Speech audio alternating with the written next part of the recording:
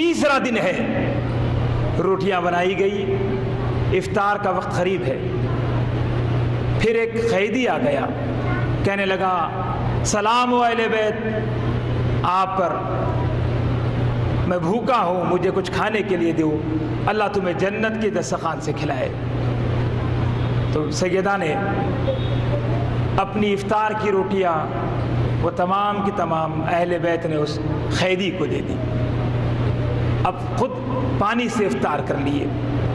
اس کے بعد نانا جان تشریف لائے گھر، تو کیا دیکھتے ہیں بچے بے چین و بے قرار ہے۔ پوچھا کہ بابا یہ بے چینی کیسی ہے، نقاہت کیسی ہے؟ تو کہنے لگے بابا جان آپ نے کہا روزہ رکھنے کے لیے، ہم نے نیت کی تھی اور روزہ رکھے، اور 3 دن ہم افطار کے لیے بیٹھتے، کوئی نہ کوئی آ جاتا، ہم اپنے گھر کی افطار اسے دے دیتے، اور آج تیسرا دن ہو گیا ہم نے کچھ کھایا نہیں، پانی سے افطار کر لیا۔ آئے ہائے ہائے، یہ کمزوری دیکھ کر نبی خدا صلی اللہ علیہ وسلم کے آنکھ اشبار ہو گئے، آنکھ نم ہو گئی۔ حضور پاک صلی اللہ علیہ وسلم اپنے بچوں کو دیکھے، اپنی بیٹی کو دیکھے، بی بی فاطمہ نماز میں کھڑی ہے، کپ کپا رہی ہے، تھرا رہی ہے کمزوری کی وجہ سے۔ حضور نبی خدا صلی اللہ علیہ وسلم تشریف فرما ہے کہ یہ کیا معاملہ ہے، اور ادھر عزیزان محترم جبرائیل امین تشریف لائے، سلام عرض کیا اور کہا کہ یا رسول اللہ آپ کے اہل بیت کا مقام بہت بلند ہے، اللہ نے ان پر قرآن پاک کی ایک آیت نازل کی ہے، اور پھر فرمایا یوفون بالنذر ویخافون یوما کان شرہ مستطیرا ویطعمون الطعام علی حبہ مسکینا ویتیما واسیرا۔ عزیزان محترم، یہ آیت مبارکہ سورہ دہر کی مسلسل آیات نازل ہوتی چلی گئی۔ رب العالمین نے کہا کہ اہل بیت کے مقام کو ہم نے ایسے بلند کر دیا کہ ان کے گھر کی باتوں کو ہم قرآن میں ذکر کرتے ہیں، اور یہ مقام اہل بیت کو ملا۔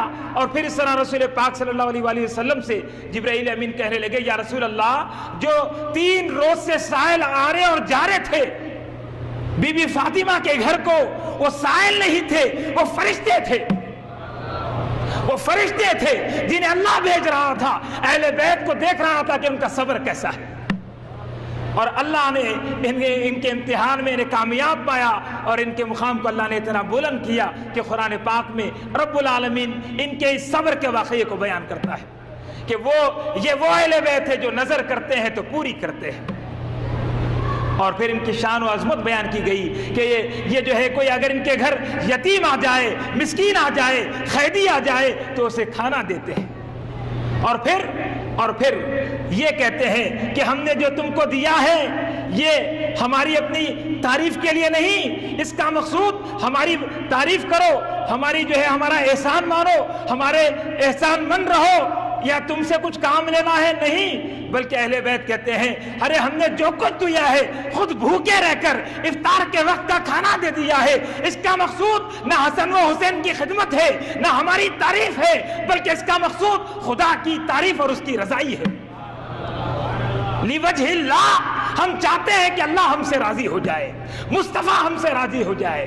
تو عزیزان محترم، یہ خدا کی رضا کے لیے ہم دیے ہیں، ہم تم سے کوئی شکریہ یا کوئی بدلہ نہیں چاہتے۔ یہ اہل بیت کی شان ہے، قرآن پاک نے اس کو بیان کر دیا ہے کہ وہ جو ہے نہ شکریہ چاہتے ہیں نہ جو ہے کوئی بدلہ۔ تو عزیزان محترم، یہ اہل بیت اطہار، ان کی شان و عظمت جو ہے اس طرح قرآن پاک میں رب العالمین نے بیان کی۔ ایک مرتبہ کا واقعہ ہے کہ بی بی فاطمہ زہرا رضی اللہ تعالیٰ عنہ مکان میں تشریف فرما تھی، علی شیر خدا تشریف لائے، دونوں میں بات ہوئی تو مولا کائنات نے فرمایا پتہ چلا ہے کہ نبی خدا صلی اللہ علیہ وسلم جو ہے خادموں اور جو ہے غلاموں کو جو ہے مال غنیمت میں آئے ہوئے تقسیم کر رہے ہیں، میں چاہتا ہوں کہ آپ بھی جا کر ایک خادمہ یا غلام لا لیں تو پھر کام میں آسانی ہو جائے گی، کیونکہ میں بھی کافی دور سے پانی لے کر آتا ہوں جس کی وجہ سے میرے بھی سینے میں درد ہونے لگا ہے، اور اس طرح تمہاری بھی خدمت ہو جائے گی، میری بھی خدمت ہو جائے گی۔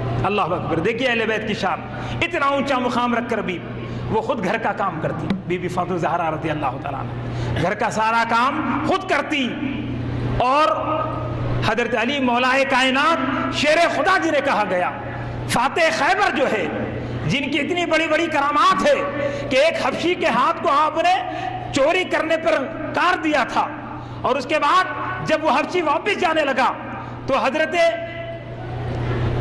سلمان فارسی رضی اللہ تعالیٰ عنہ نے اسے دیکھا اور دیکھ کر پوچھا کہ اے حبشی غلام، تیرے ہاتھ کس نے کاٹے؟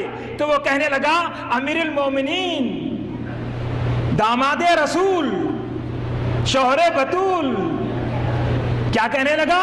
کہنے لگا شیر خدا، خلیفۃ الرسول سیدنا علی رضی اللہ تعالیٰ عنہ نے میرے ہاتھ کاٹ دیے ہیں، اس لیے کہ از روئے حق انہوں نے میرے ہاتھوں کو قلم کر دیا ہے، کیونکہ میں نے چوری کی تھی اور میں نے اس کا اقرار کر لیا، اور اس طرح انہوں نے مجھے سزا دے کر مجھے جہنم سے اور اس کے عذاب سے بچا لیا. اللہ اکبر. یہ حیران ہو گیا امام المتقین، یہ تعریفیں سن کر حیران. اور سلمان فارسی کہنے لگے کیا انہوں نے تیرا ہاتھ کاٹا اور تو ان کی تعریف کر رہا ہے؟ تو بولے کہ ہاں، بھلا کیوں نہ تعریف کروں کہ انہوں نے مجھ پر ہاتھ کاٹ کر احسان کیا کہ اللہ کے حضور شرمندگی سے بچا لیا، یہی سزا مل گئی. عزیزان محترم، تو انہوں نے کہا چل میرے ساتھ. اس غلام کو واپس لے کر آئے اور مولا کائنات کی بارگاہ میں گئے اور جا کر جو ہے کہنے لگے کہ امیر المومنین بات ایسی ایسی ہے. جب امیر المومنین کو پتا چلا کہ یہ حبشی غلام ایسا ہے، نیک اور صالح ہے، تو امیر المومنین نے کہا ٹھیک ہے، بلاؤ اس کو. اس کا ہاتھ رکھ دیا گیا، اس کے کٹے ہوئے پونچھے پھر سے ملا دیے گئے اور اپنا رومال اس پر ڈال دیا. اللہ کی بارگاہ میں اپنا ہاتھ بلند کر دیا، دعا کے لیے اپنے ہاتھوں کو اٹھایا، اللہ کی بارگاہ میں دعا کیے.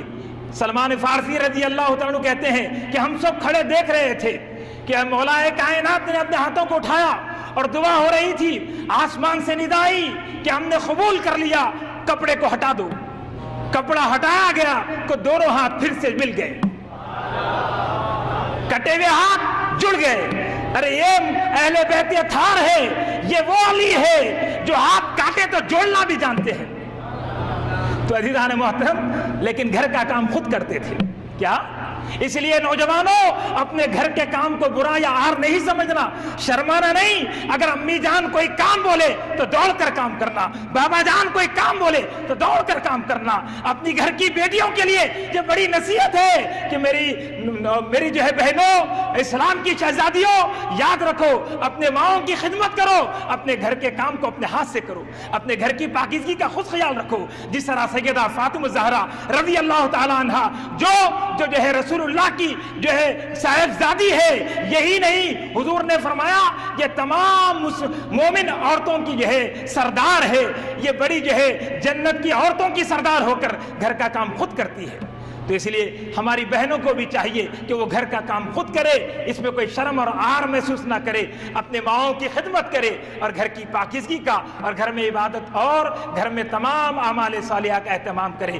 تو عزیزان محترم، اس طرح سے جو ہے بی بی فاطمہ سے آپ کی بات ہوئی تو اماں جان نے کہا ٹھیک ہے. بی بی جان نے کہا میں جاتی ہوں بابا جان کے پاس. آپ بابا جان کے پاس پہنچی تو کیا دیکھتی ہے، گھر پہ دستک دی.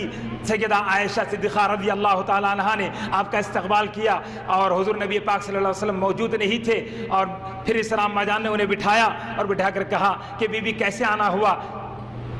تو آپ نے اپنے آنے کی غرض و غایت بیان کر دی، مقصد بیان کر دیا.